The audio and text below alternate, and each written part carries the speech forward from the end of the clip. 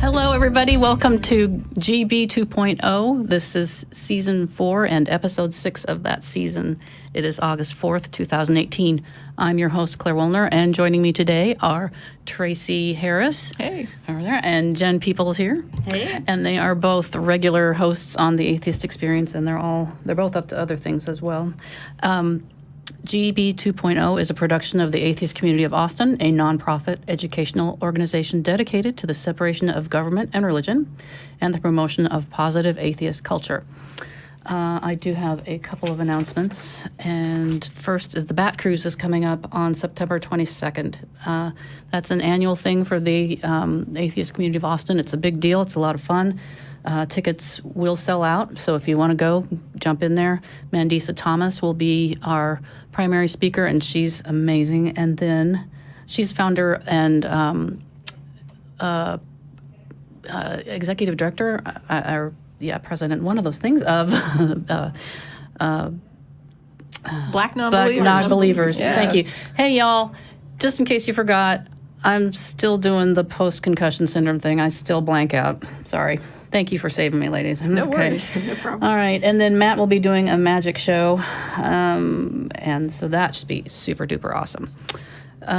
We have a couple of new shows in production at the Atheist Community. One is Secular Sexuality. Keep your eye out for that one. And then there's Parenting Beyond Belief, which is another one. For the Secular Sexuality show, they're going to have licensed social workers and other folks who are experts in various ways about sex and sexuality. And then the Parenting Beyond Belief show will have myself, Dale McGowan, Mandisa Thomas, and a number of other folks who are parenting folks. And then I would also like to tell you that Patreon for Godless Bitches is up and running. So if you wish to support us, that'd be super. So, do you two have any announcements or anything? Well, yeah. Austin Pride is a week from today. That. The ACA will have a booth. Last year the Pride was actually postponed for a couple of months because the weekend that Pride was scheduled, a hurricane actually hit Austin. It was, I guess it was by then a tropical storm, but I think they probably would have gone forward with it, but the city of Austin said, nope, can't do it. So I guess all of that is to say that Pride happens rain or shine, so come on out. The park where it's held, the city will permit up to 8,000 people in the park. Historically, we have about 5,000 that come to Pride, the festival itself. And this year they're expecting a larger crowd because of some things that have happened with this administration. Couple things. That have been direct attacks on the community. So we expect a larger crowd this year. Mm-hmm. So come on out. It should be fun. Mm-hmm. I still need a couple of volunteers for Pride to work the ACA booth. So I need to know, if you want to volunteer, I need to know that by Thursday because I have to get the vendor tickets on Friday. That's the only other opportunity I'll have to get vendor tickets. They're significantly less expensive than at the gate. What are those dates again? Tomorrow. Oh. Not tomorrow. Sorry. A week from today. Okay. So next Saturday. The 11th Yep. of August. Yep. Right. Yep. All right. All right. So, yes, I'm glad we got a chance to announce that. Pride has kind of been an afterthought in the ACA the last few years. Not this year, though, I don't think. At least I don't feel like it has been. At least I've been pushing it pretty hard. So with the board and everybody. I've had like zero response from the board or much of anybody. So Sorry, I've responded. I know several times. and the ACA has allocated additional budget this year. Right. Yeah. Okay. So Coolio. yeah. All right, that's it. And Tracie, you have any announcements? No announcements. Nope. Alrighty. So, shall we just dig into what's going on in the world? Yeah, let's do it. Tracie, you got some stuff. I know you got a lot. I'm going to start with Ron Dellums, former Democratic congressman, one of the founders of the Congressional Black Caucus, died this Monday at the age of 82. He was a liberal from California and one of 13 black lawmakers to form the Congressional Black Caucus in 71, served in Congress from 71 to 99.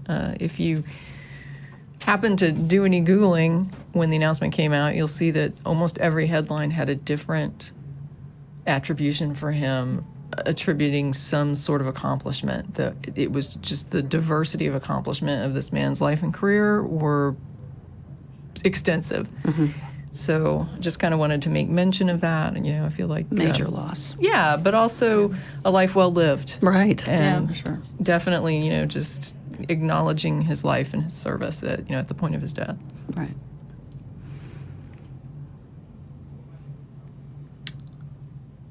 And I need to find something. You got go ahead. I have other things. I have like a just go slew. because I have a slew of headlines because the family separation is not resolved, and it's worse. I understand that this can almost sound like beating a dead horse, No. but if it's still ongoing, then it's not a dead horse, right? And it needs to be beaten. So the first one was a story that was fairly shocking to me. The White House administration in court tried to say that the ACLU needs to locate the deported parents in order to confirm that they actually, want their kids back. So the logic that they're using boils down to something like, we took these children away and the parents gave up the right to, they said they didn't want their children to come with them when they were deported. The problem is that the majority of these people don't have paperwork indicating that they did agree to not take their children with them. So there's no evidence backing the majority of claims about, they didn't want their kids to come with them. It's like, well, where's your backup? Right. To show that that's the case, and they don't have it. And so what they're saying is, well, if the ACLU is going to claim on behalf of these clients that they actually wanted their kids to come with them, then they should have the onus to go find these people that we deported to their original countries and see if they want their children back. Otherwise, what did we do wrong?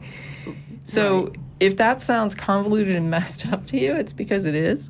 It's evil. It is. It reminds me in a lot of ways of sexual assault situations where Gaslighting. somebody says, someone did this to me, I didn't want them to do this to me, and the other person is like, how do I know you didn't want me to do that to you? It's like, so can you prove you didn't want me to do that to you?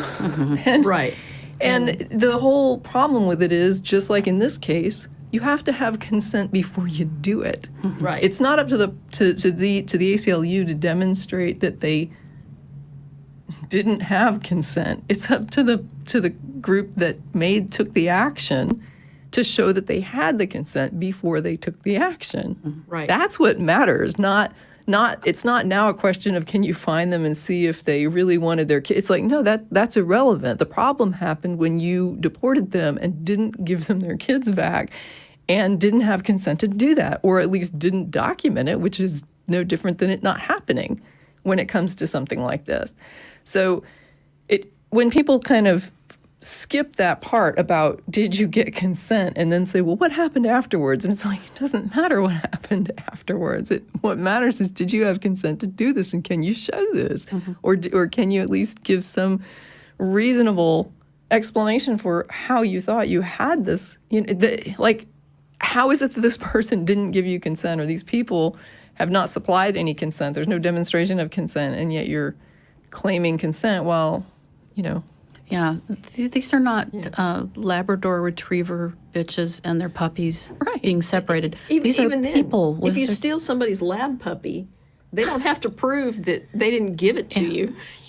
But So this is a quote from the Department of Justice during court. Plaintiffs' counsel should use their considerable resources and their network of law firms, NGOs, volunteers, and others, together with the information that defendants have provided or will soon provide, to establish contact with possible class members in foreign countries, the DOJ said. The administration suggested the ACLU find out whether the deported parents wish to be reconnected with their children or whether they waive that option. It's like, no, that was supposed to be determined before you. if you ever wanted to get rid of your kid, this was their plot. They were trying. As a parent, I just want to cry, because the notion that somebody would take my child away from me and then I'd get deported. If a hospital just handed over all the babies to an adoption agency and adopted them out, and the parents are like, "What?" And they're like, "Well, we." Right. It's inhuman. Well, that's the thing. It's like if Prove somebody you didn't give us permission to do it. Right. If somebody snatches my kid off the sidewalk, I don't have to then prove that I didn't actually, give up custody of him. That's kidnapping. That's a crime. Yeah. And their response would be, well, they came here illegally, and therefore we can do anything we want to them, basically, Right. which is immoral, inhuman, Yes. irrelevant. That's a if I'm- Christian apologetic, right? Right. The idea that if you violate the rules of God, then absolutely any penalty, no Right. matter how harsh, is somehow justified. It's justified because you you've knew you were offended going to hell. God. You sent yourself to Yeah. hell. And it's the same with parents who beat and abuse their children. When they'll say, well, this is something that you knew, and therefore it's okay that I'm hitting you because that you knew that was the penalty. And it's like, no, that's not okay at all. It's not acceptable at all to tell somebody I'm going to do something really messed up and just without empathy, psychotic, I don't even know what you would call it, just this horrible thing to someone. If they commit some minor infraction, that isn't justified just because you tell them you're going to do it. Right. And I really think that the whole reason that they feel like they can dehumanize these people and do this is because they're brown. Yes. Yeah. I don't think this would be happening if everybody was from Norway. Yeah. Well, in fact, Which who knew those people were white? that's right? Oh my God. Well, right here, Secretary Kirstjen Nielsen has stated repeatedly that no parents were deported without first being given the option to take their children with them. But a can't Trump believe administration that. official told Politico on July 25th that an estimated 3/4 of the parents who left the country alone left no record behind that they ever consented to leave their children in the U.S. We don't see it in the documentation, the official said. Now, I've started calling her Christian who knew Norwegians were white, Nielsen. Like, that's how I refer to her constantly with the quote middle name section. Lordy. Because that to me was out. And the outstanding thing, of course, is that she's got that J. She's got that Nordic J. Right there in her name. It's like, really? You don't know this? Yeah. Look in a mirror.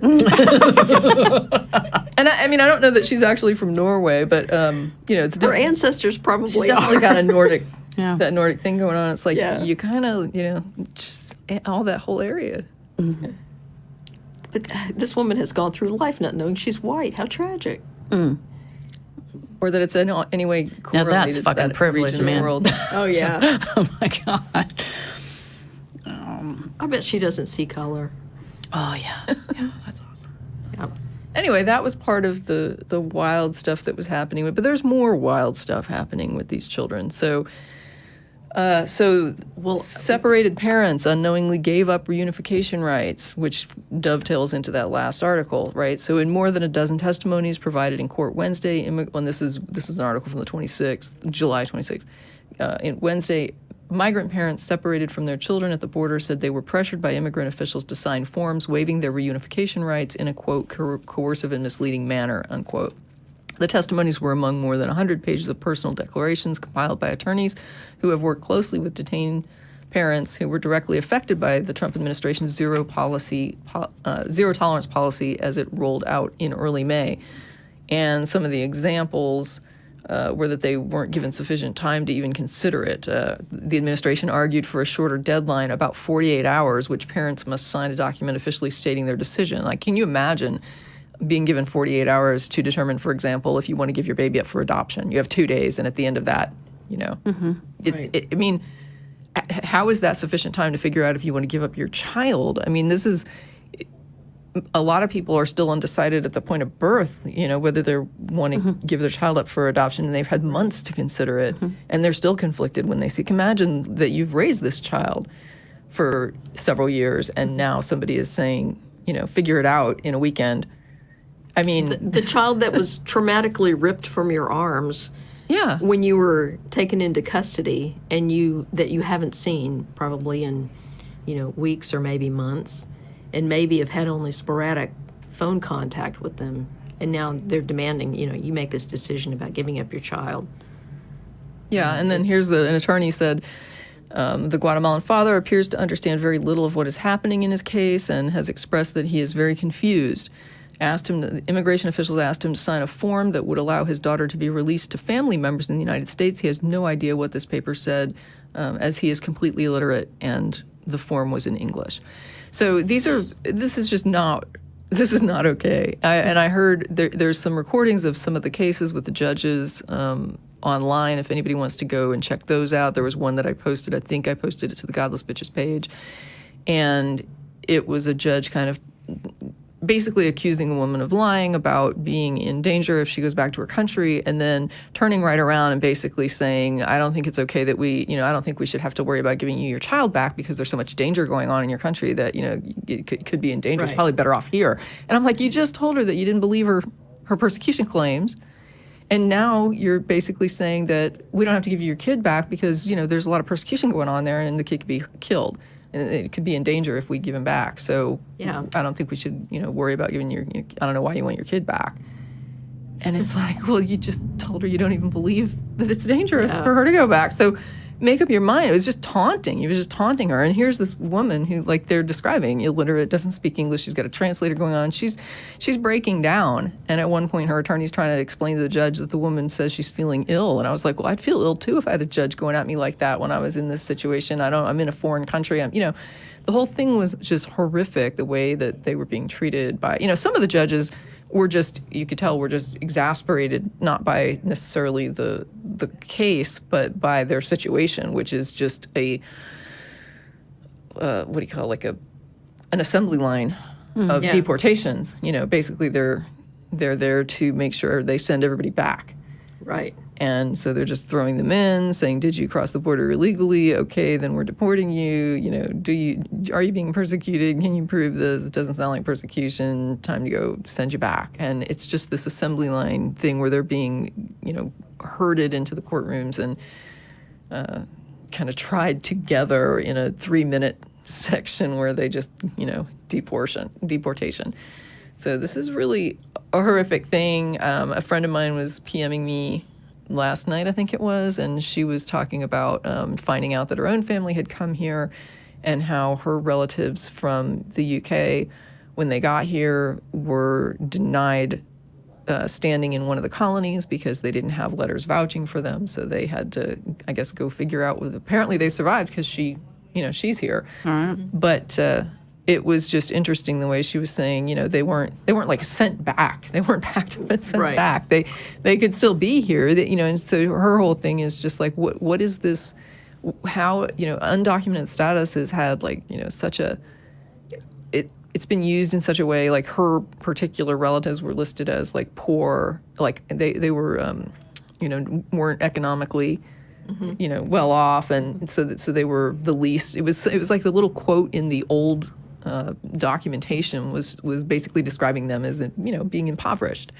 And so she's like, in my case, my family was kind of prejudicially viewed because of their lack of resource.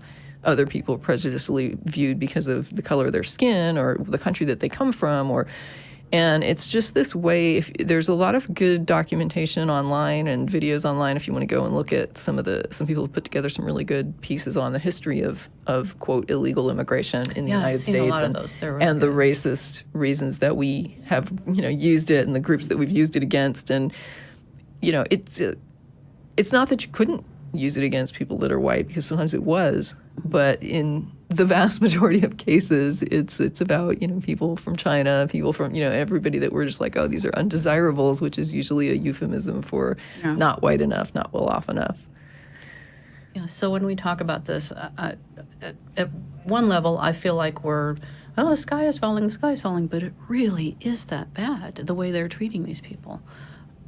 They're running from something that's life-threatening. It's a fear-based policy, right? So it's intended to make people afraid and to sort of prey on this on a preconceived notion that you have to defend the border in some kind of way that's like really, really heavy, or else we can't be safe, right? But when you start really looking at what does a person fear, like what is your specific fear of this, and you start really examining that with them, 9 times out of 10, in fact, I don't think I've seen any cases where it didn't work this way, you can find that their fear is really invalid. Right. Like the thing that they're most afraid of, especially with the crime stat thing, right? Like that is so wrong. The weird reality is that if everybody in your neighborhood was a first-generation immigrant, you would be less likely to be a victim of a crime. And actually the argument, one person I saw online was actually arguing, well, but they're illegal, so they shouldn't be here anyway, so that crime shouldn't be committed. And I said, you're literally arguing that you would rather that I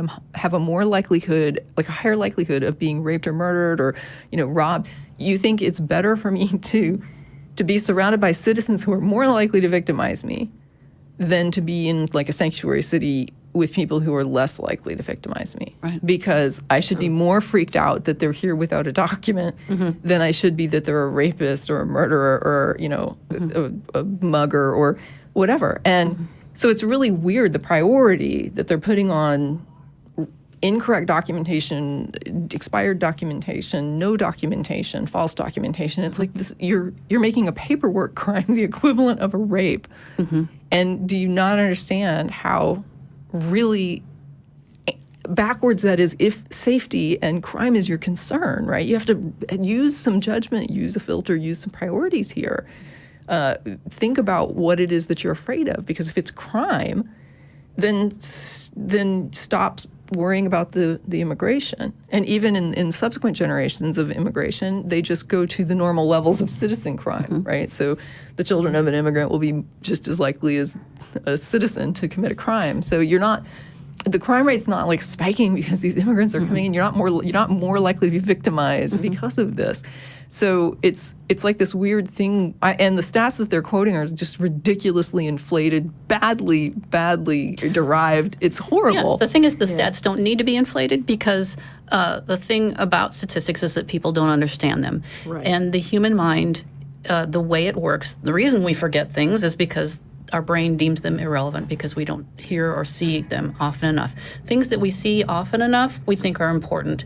So we look at the news and we see what is the propaganda often that's put out there about MS-13 and all these things that are so scary. Right. And it looks like it's in everybody's backyard. And that's because your brain is programmed, okay, I've seen this like 6 times. It's really a serious problem. Sure. It's not. Right. It's because of the media making you Well, feel I that mean, way. So you have to really step back and get in your logical brain and realize this is your brain and it needs to come into today's age of statistics and realize that it's not that Well, way. it's like airplane crashes and school shootings, right? I mean, it's not that those aren't horrible. Those are horrifying things that I do not condone and would like to see end.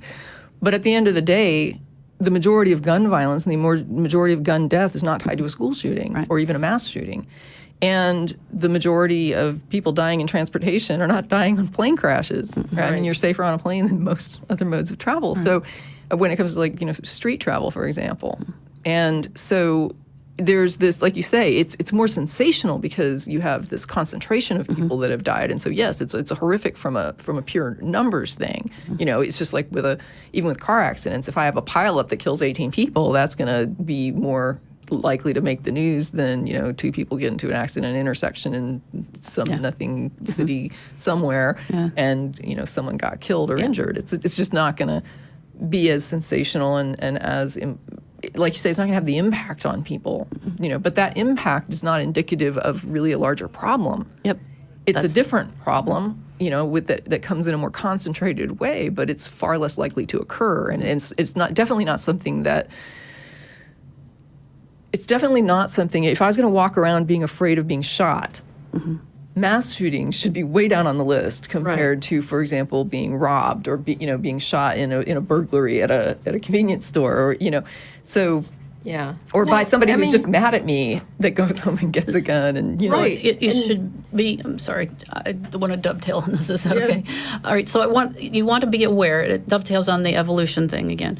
You want to be aware. You want to be concerned. You want to take action. It's the fear thing that your mind naturally goes through in terms of evolution with the overexposure to these things, and your brain says, "Oh my God, they're prevalent. They're not." Right. You just have to get to that logical place. I'm sorry. Well, journalism too. Just real quickly, journalism is all about the idea that It's not on the news because it's common. Right. It's on the news Yes, because it's precisely. uncommon. Right. So when you're seeing it on the news, quote, all the time, Yep. it's still an uncommon thing, or Yeah. it wouldn't be on the news. Yep. Sorry, go ahead. Okay. No, it gets to the fact that humans in general are fundamentally bad at assessing risks, and especially when you get to a Very. place where you're making decisions based on fear. Fear is a horrible basis for decision making. Yes. And we see the same kind of thing happen when the anti-abortion people focus on, look at how many women regret their abortions and all. The number of women who regret having an abortion is very, very small. In fact, there are more people who regret their total knee replacement surgeries than regret abortion. And it's not even close, guys. But you don't see any lawmakers jumping up and down screaming about we need to have a 72-hour wait period and you need to be given all this other garbage information about total knee replacements because so many people regret them. Yeah. You know, we just look at that and say, hey, you know, sometimes you have to make a decision and then you have to own responsibility for that decision. Absolutely. And Even if you regret it, you still have the right to make that decision. And think back in your life at how many things you regret, and then ask yourself, Right. do I really think that should be illegal? Right. Or that someone else should make that decision for me. you Right. know? I regret past relationships, like romantic relationships. Therefore, the state should choose my spouse. Right. Like, who really believes that? I shouldn't be allowed to date. It should be illegal Yeah. for me to like go out and have romantic, relationships. I should just be told who to get with. But I mean, this same sort of thing is at play when we're talking about immigrants. It's not like swarms of immigrants are waiting across the Rio Grande, and the first thing they do is say, "Oh, where can I find a gun so I can shoot up a school?" Yeah. I mean, from the way people talk about this, that talk about, "Oh, we got to secure our borders," you would think that that's what's happening. Right. And the know? other thing, I mean, Austin, of course, is a sanctuary city, so we've got a dog in the fight when it comes to that battle as well. Right. And all of our law enforcement and all of our, city council and basically everyone who lives here who understands the issue gets why sanctuary cities are a good idea. And if you don't believe it, you can go and look at statistics for crime in sanctuary cities, and they are generally safer than lots of cities of similar sizes. So and part of the reason for that is that it's always helpful for law enforcement to be able to work with members of the community on solving crimes. Right. So if someone is victimized and people feel comfortable and trusting of the police and they feel a camaraderie and feel like they are partnering with the police, it is much more likely that they're going to come forward, go to the police, say, hey, I saw something, I heard something, I want to report that I was victimized, I want to report that I saw someone victimized, I saw something And weird. this is especially important when you're talking about people who come from places where the police might be corrupt, where you just don't go to the police. Might be. Yeah, might be. Probably are. Yeah. Okay, and so it's very important for them to trust the police department and to come forward when that. And the interesting thing about that is that when you don't have a sanctuary city, you still have the undocumented immigrants there. Right. But they don't go to the police. And ironically enough, they are the most likely to be victimized by crime or, criminal elements. Probably people who have proper documentation. Yeah, but it's been, the police here in Austin and the sheriff's department and even in surrounding areas here are very vocal about the fact that they want to have partnership with the communities and that is safer for them, safer for citizens. It just helps them do their job. And when you start cutting that off and telling them that they have to be against the community, and especially I just posted this really good piece of research earlier that I shared on Godless Bitches page, also on my own page, where it talks about how when you make that the standard and then you drum up the rhetoric against the Hispanic population of immigrants, then everybody in the city who is Hispanic becomes affected by that, right? Like if people start looking at their friends and neighbors in a suspicious way, I don't know you, you're Hispanic, are you one of those people? Right. Should I be reporting you? Should I, And so it starts to really affect the whole Hispanic population of the city, not just somebody who might not have documentation. And we saw this with the Muslim rhetoric when that got heated, and people who were, for example, Indian were getting attacked because they were wearing a turban, and so it was. Right. Yeah, I mean, in the aftermath of 9/11, I had a guy that worked for me. He was out on the West Coast, and he was traveling. I guess he went to Arizona or something, and it's not specifically Arizona, but because this was happening all over the place. But I was very concerned about him in the aftermath of 9/11 because he was Indian. Right. And I thought, there's people out there, whether it's, Arizona or Alabama or, Minnesota Arizona or actually whatever. does have particular problems, or they did at the time of this publication, because it used Arizona as one of the points of study in 2013. So I don't know if they've corrected anything since then. And I thought, there are people out there that don't know the difference between an Indian and, a Sikh. A Sikh. They're brown. And, They're brown. An Arab. Yeah. They have no idea, and they're going to hone in on this guy and think, oh, he's one of those Muslim terrorists. And they do. And the irony of it was that in that same West Coast office, I had this guy who was Indian and Hindu, and the Chinese guy who worked right next to him was actually Muslim.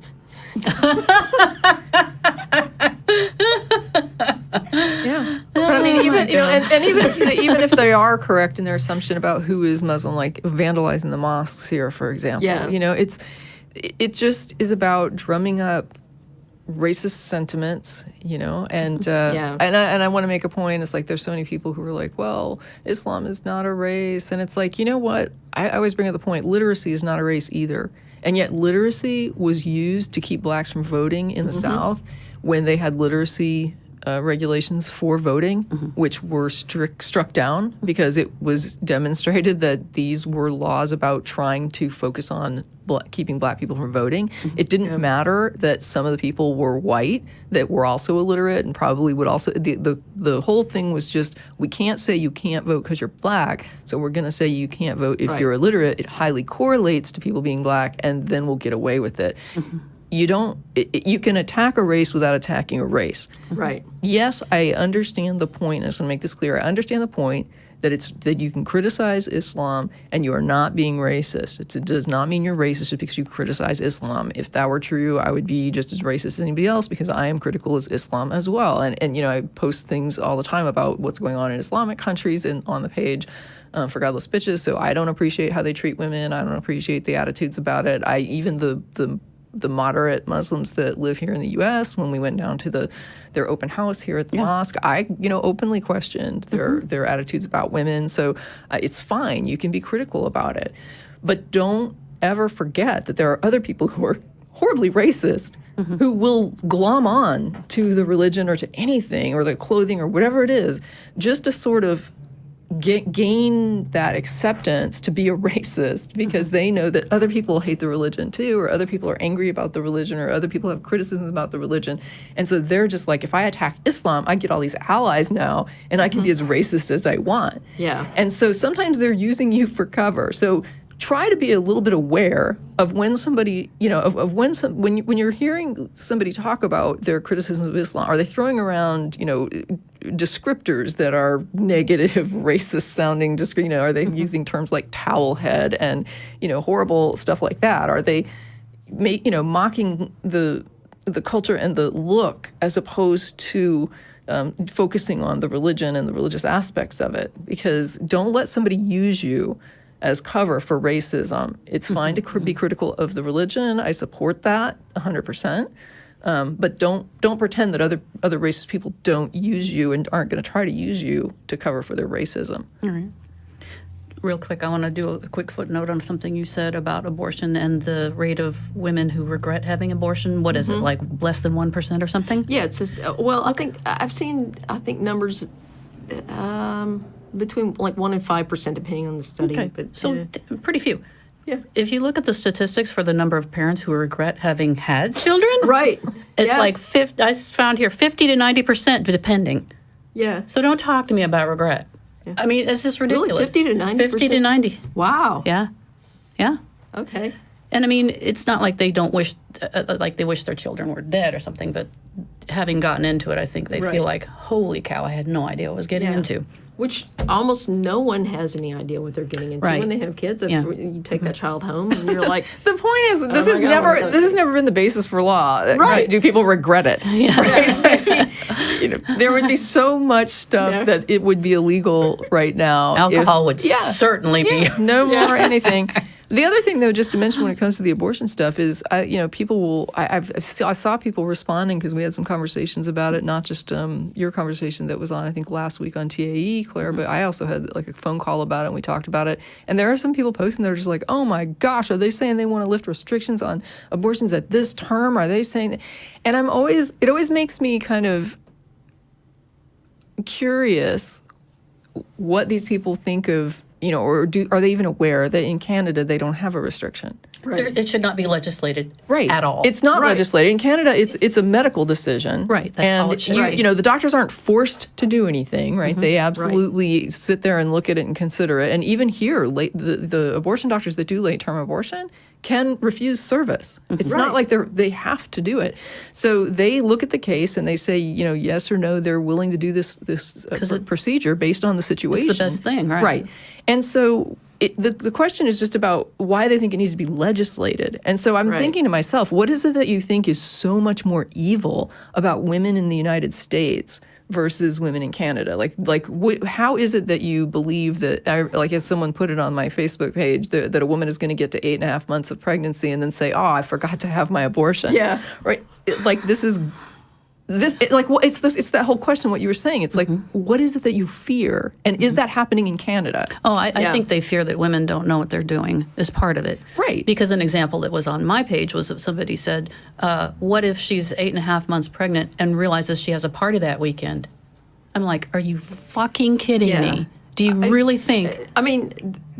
This is what they think of women. Yeah, this exposes what they think of women. Right. Yes, it does. The irresponsible sluts is basically their perspective. Said, should she be able to get an abortion? And I said, yes. And he thought I was a monster for that. Well, but really, he's the monster for thinking that about women in the first place. And the thing is, they don't recognize that.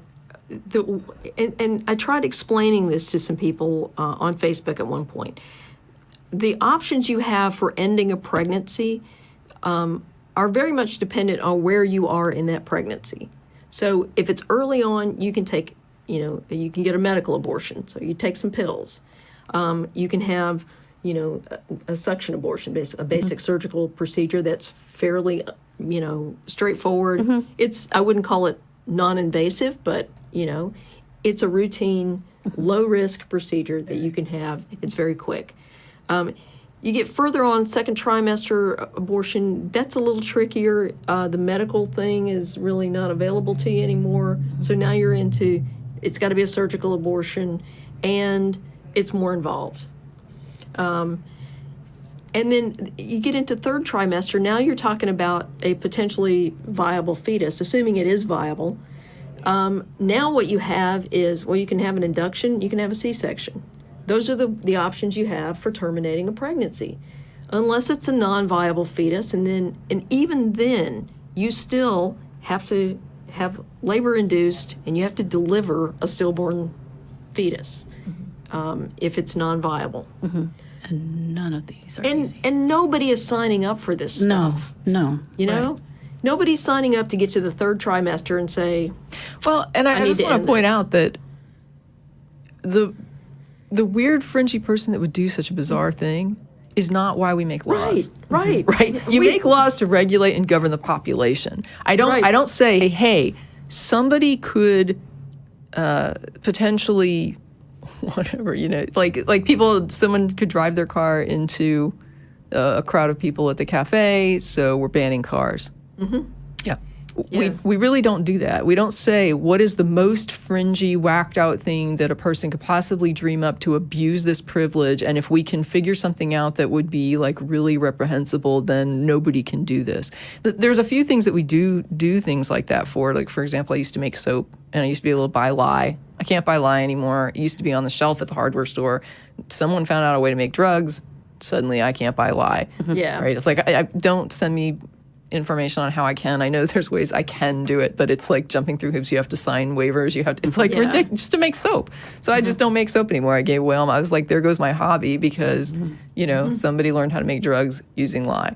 Yeah. So that to me, though, is sort of, I think the idea is there's other ways to unclog your drain, and how many people make soap as a hobby, and so it's infringing on few people, but there's lots of people making drugs, and it's harming people when they cook this stuff up in their bathtubs, and so we don't want this to happen. So I get it. I mean, there's like a balance there, but to do this as a rule would be ridiculous. And there's one I loved. If you haven't ever read Justice Woosley's opinion on the banning of Ulysses, it's one of the best opinions that I've ever read, one of the few opinions I think I've ever read in full.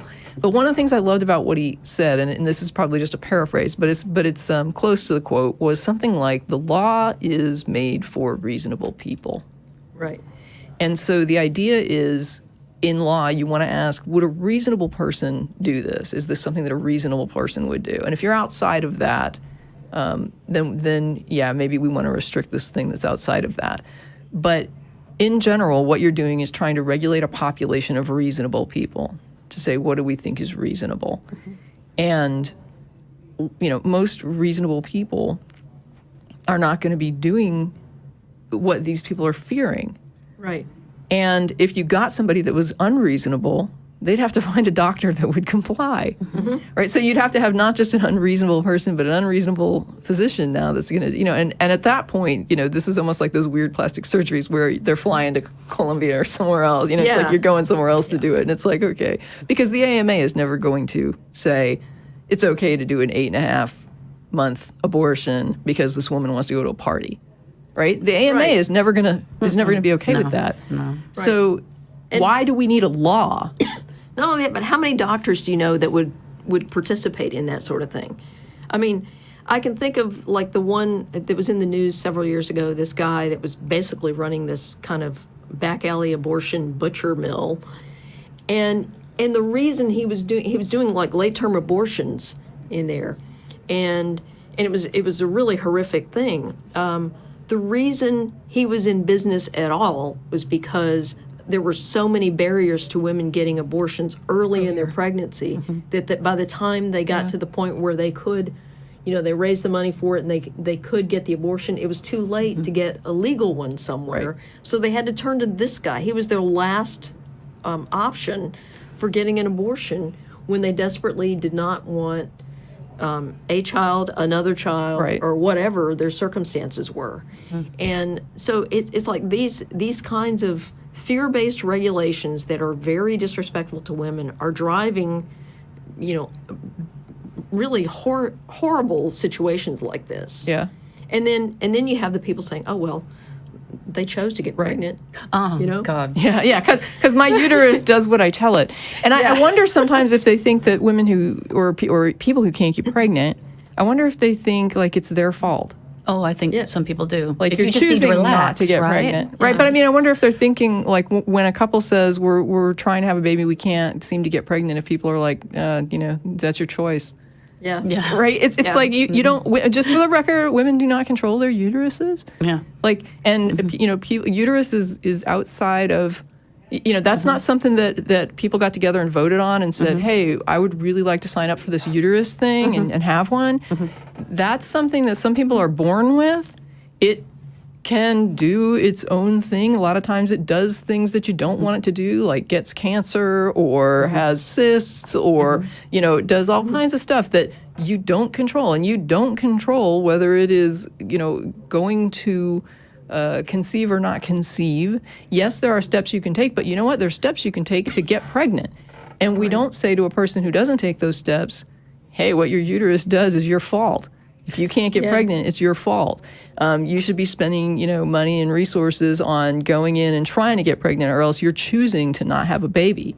We don't look at it that way. But when a woman is basically, they look at it and they say, she needs to put down the money, she needs to put down these resources, she needs to invest in not getting pregnant, or else what her uterus does is her fault. Which is, that falls into the, hey, no shit category, because most heterosexual women will spend a big chunk of their lives trying very hard not to get pregnant. Yeah. I mean, for me, this is an argument. If you're going to blame women for, your perception that they're not using birth control or that, whatever, then we need to make it very, very accessible, because you don't put a barrier on it and then say it's your fault for not using this.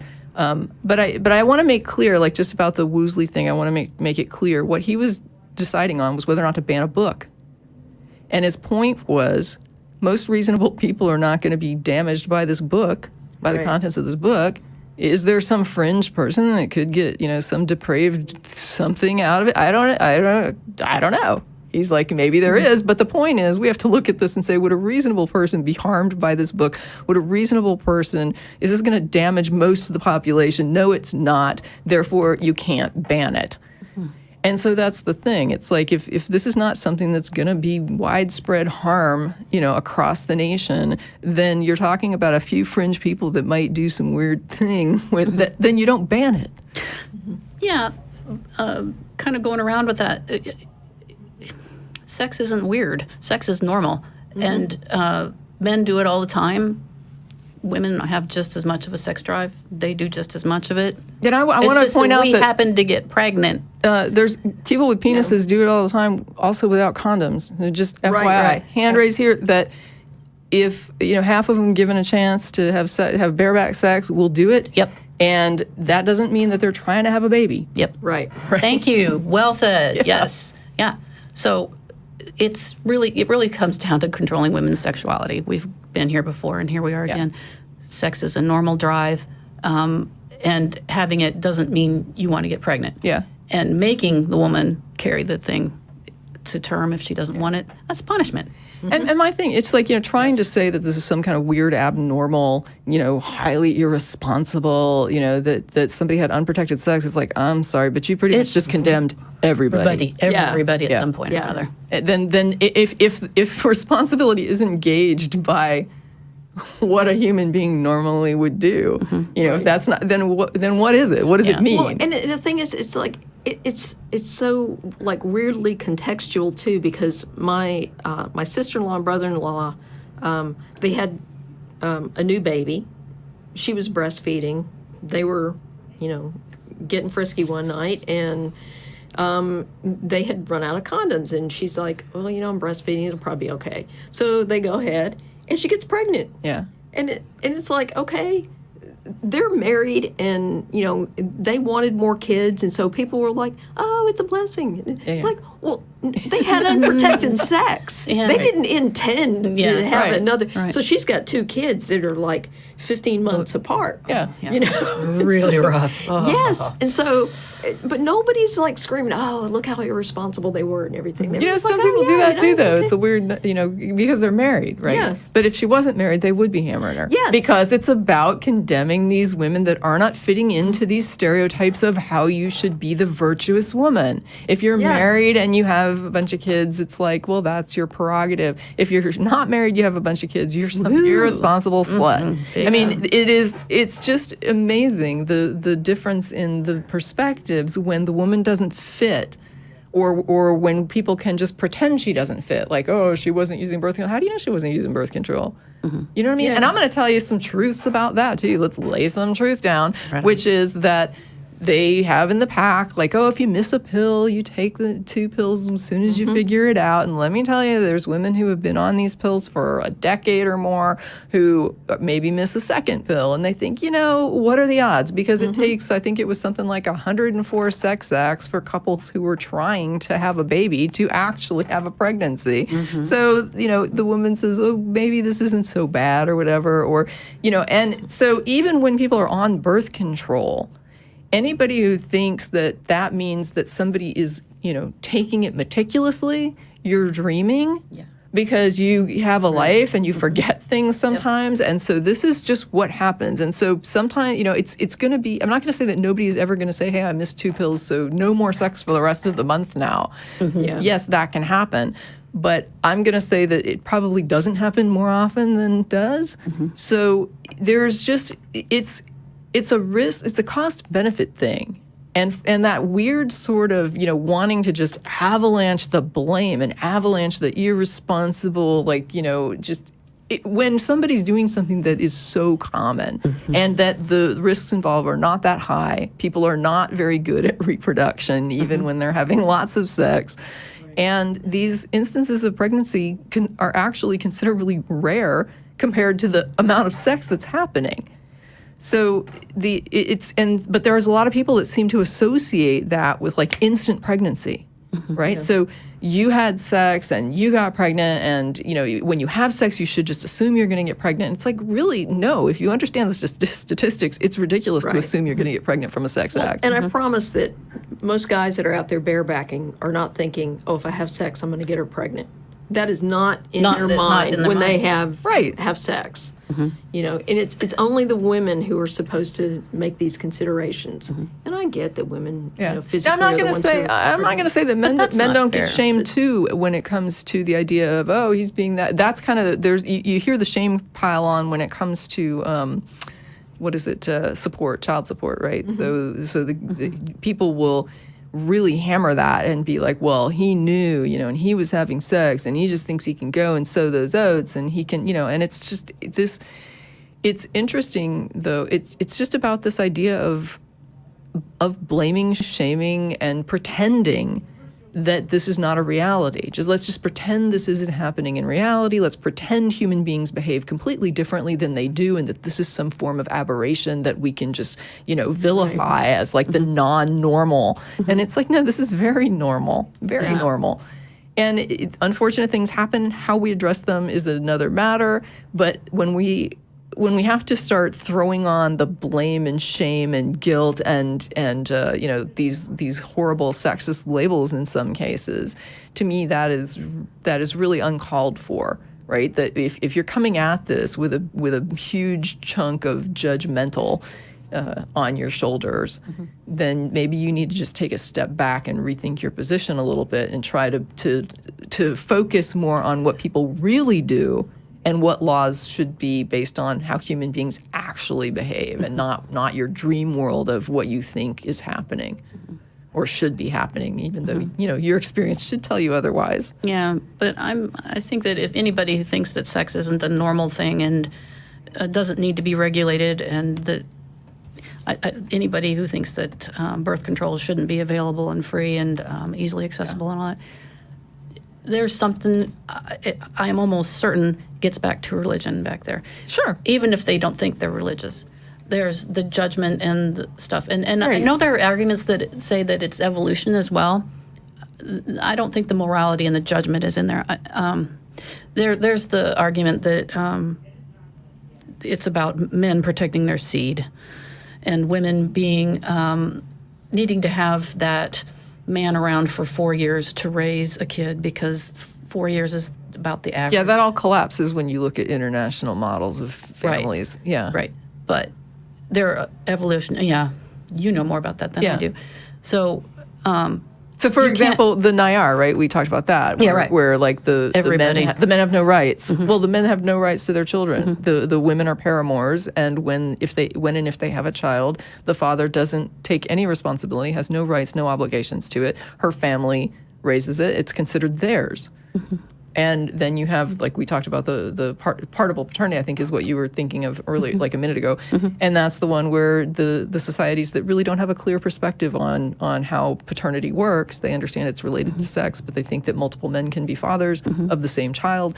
And so they don't seem to have this sort of need for this man-woman thing where he protects her and she, does whatever. It's like there's not these nuclear family models are just models that we made, and they may serve in some capacity, but they're certainly not like a demonstrated universal which in any shows capacity. I mean, that's the research that I saw years ago, and it shows how much what we research and what we're looking for in the answers is biased by what we experience in our culture. Yeah. And you have to look at colonialization too as well, right? You're going to look at, well, why is this so widespread? Well, because people were forced into it over, the sun never sets on the British Empire wasn't just a phrase for grins. I mean, it really didn't. They pretty much owned the globe, them and a few other countries that were parceling it out, and they would see these other forms of society, other forms of how to frame things and they would say, this is sinful and horrible and, how barbaric and savage, and we're going to civilize you even if we have to kill you to do it.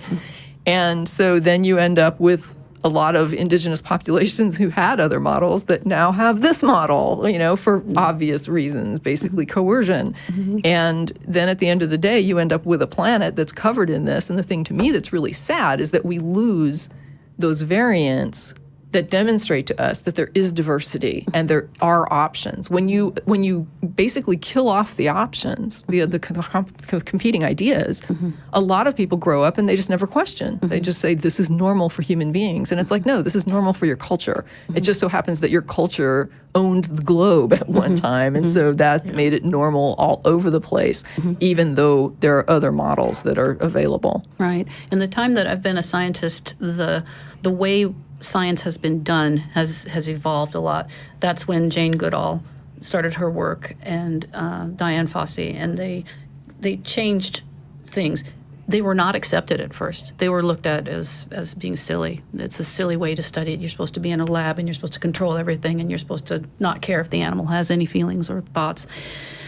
And when I was in graduate school, which was a long time ago, I went to a meeting, and it was a meeting that looked at entirely at how, when you look at behavior, which was what I specialized in, everything looks much different if you look at it through the female perspective rather than the male.